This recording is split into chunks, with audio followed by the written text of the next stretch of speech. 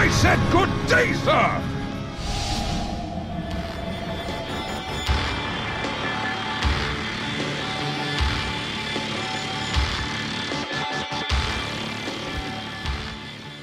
Welcome back, everybody. Seems a slightly isolated incident where it was basically just our connection to Dota 2 here in Germany that dropped down. We lost connection to the Dota 2 network, but we are back in here again, returning in. The players had no issues, so they paused up the game. Big shout out to Volat, who would seem to be the only person who actually paused for us.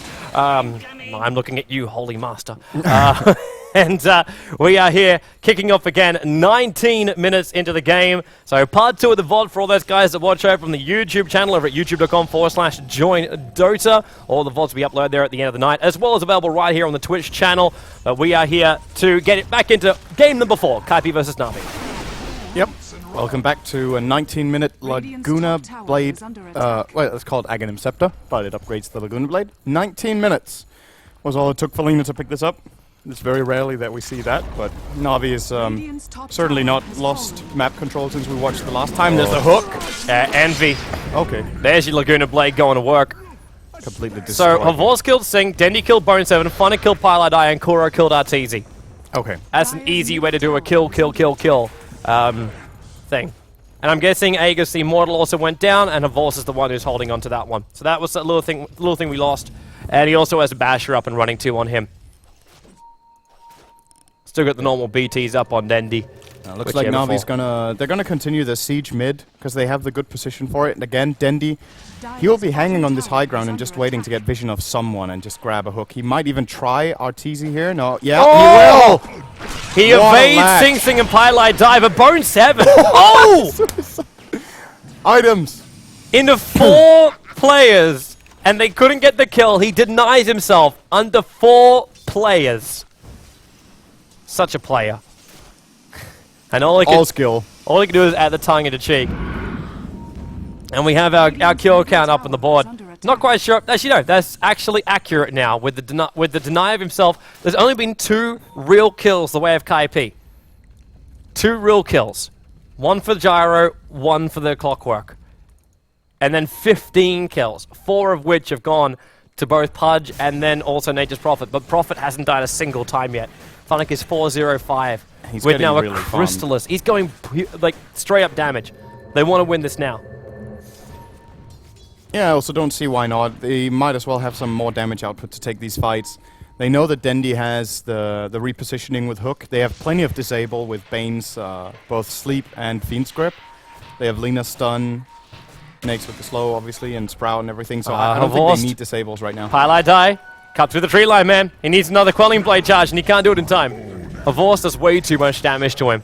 And the Coddle is caught out. At the same time, Kuro, slightly caught out, throws a Laguna Blade, and Naga says, stay exactly where you are. Arteezy has lined up both Kuro as well as Dendi there, so they kill secure. Envy, dunk it out in time. Prophet TP himself in for that one. Pops up the dust. There's nowhere to really run from this one, while Dendi is killing people off on the other side of the map. There's your infest damage from Havor's.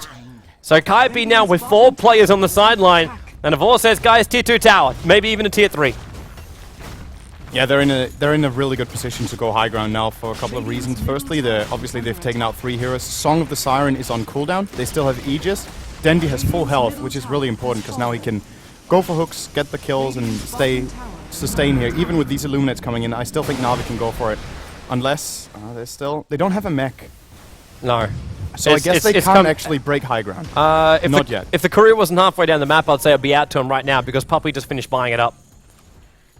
But the courier is bringing in a Sacred Relic for Revorce, and that completes up his Abyssal Blade. 22 minutes. Oh, are you kidding me? And this is actually a slightly underfarmed Revorce.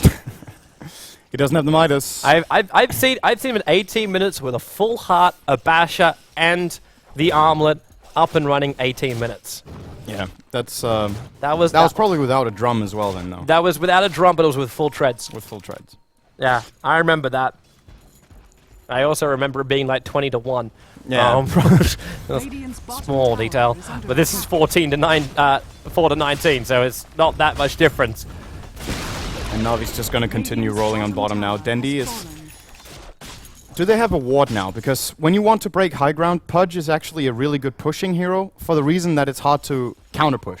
They got observers on Kuro. There's one word on And Lina. there's sentries on Pylai though. If we get that vision into KP's base, it's very difficult for them to go and, for example, illuminate or get their Naga in or whatever they need to do, or basically all their abilities. Even a call down, which has a pretty long cast range, Dendi can probably hook far enough as long as he sees them here when they want to siege. And I don't think Navi's going to go back now. No. I think they're going to siege until either this game is over or they get team wiped.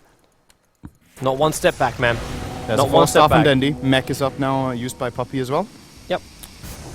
They're looking good to go in. The only downside is trying to keep their creep wave alive. That can die very, very quickly. Oh, Clockwork going to latch himself in, and Puppy, the main target, and hooked out by Dendi. So Puppy's got some space, but Eternal Envy with his BKB up, he's ripping through Dendi's life points.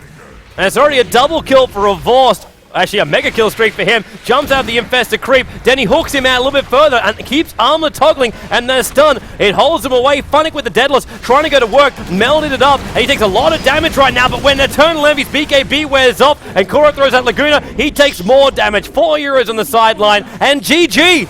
The call comes out, and Navi, they go Chaos in 3, they go Stable in 4, and they'll have a quick nap before the GG will end here, and Navi will take out Season 4 here of the defense. What a performance as well in the last 2 games. That was really entertaining to watch. It seemed like they needed to get started.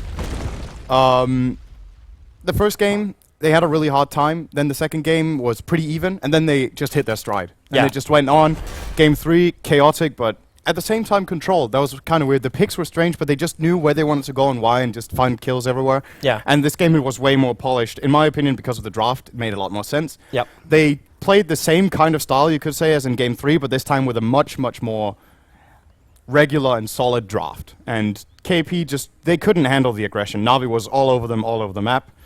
And we were asked to choose a man of the match. Or was it man of the series? He said man of the tournament. But I'm going to say like player of tonight. I kind of still want to give it to Bone 7. Because Bone 7 really did play amazing tonight. I kind of feel sorry for him in this last game because it's the hardest thing to actually give it to him after he got completely destroyed in that top lane. For the first kill when they dived behind the tier 1 tower, it was already very, very problematic. But I don't think I actually want to pull just one person out for this. Like, even Funnick. Like, Funnick, he did the right job. Like, he's 5-0-10. Everybody did their job tonight. It was just very nicely done. People back at home, you could put in your MVP. But for now, I'm going to say I'm just happy to watch a team game and see a team actually play well. I think MVP was Kuro with the 3 fake Roshan calls and then the right one, and then they got the fight. No. And then they got. We'll give Kuro a different wall, which is the king of the trolls. Yeah, I guess he won. I actually think he won that today. He trolled the hardest. Yeah. He most definitely did. There was no one that actually trolled anywhere near as hard as Kuro did.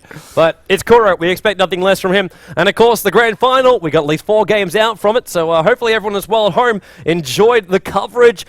Make sure you keep your eyes peeled for the next season of the defense. Of course, it will be post TI3 and TI3 next weekend. It's coming up Saturday week. We'll be doing your group stage live streams right here. We wish Syndra all the best as well playing in that one. We will be watching you very closely. Watching me feed. I'm hoping not, but it could be possible. But we'll be doing the group stages here. Wagamama will be joining me live in the studio for that one. Remember as well to sign up for the ISO Cup. The ISO Cup is starting up tomorrow. It's your chance at home to play in a professional tournament, and of course you can do so. Just head yourself over to iso-cup.com, register your team over there, and then you can play up against the 8 invited teams in the grid, which starts up on Saturday. And we'll be streaming that one right here, but you can check out the JD Blue live stream for the qualifier coverage as well as the coverage on the main day event, because there's a lot of games going on at the same time. So there's a lot of action for you to watch. And then we have a 5-day break, man.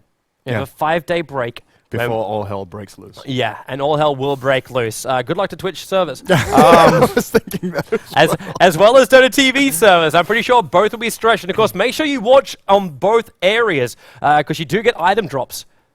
For people For out there. both at once? Yep. Interesting. Because you're logged in. So if your Steam account is connected to your Twitch account, you can actually watch if the player is inside a competitive game which has item drops on it. You have a chance back at home. So it's more reason to actually have multiple live streams open at the same time. Wink, wink. Nudge, nudge, say no more. It's what it's all about, peoples. So boost up the viewer count numbers and show that more people want to watch Dota 2 than StarCraft.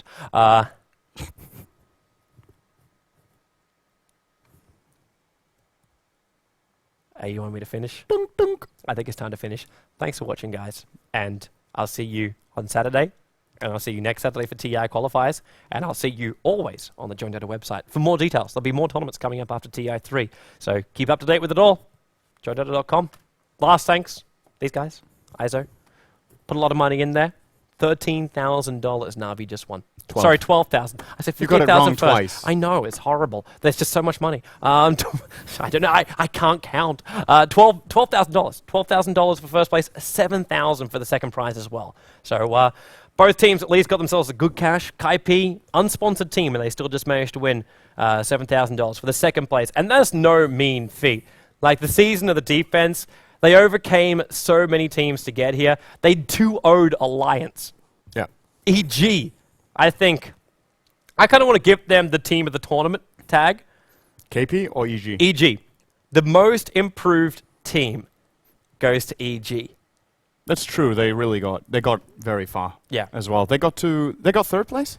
Yeah, they got third place. They beat Team Liquid in the lower bracket semi-final, and Kaipi eliminated them in the lower bracket final last night. So they still took home $4,000 as well. So yeah, big props to EG, big props to all the teams, and we look forward to seeing them back here for the next season of the defense. But for now, the defense is over. But don't be sad, it shall return, and we'll see you next time.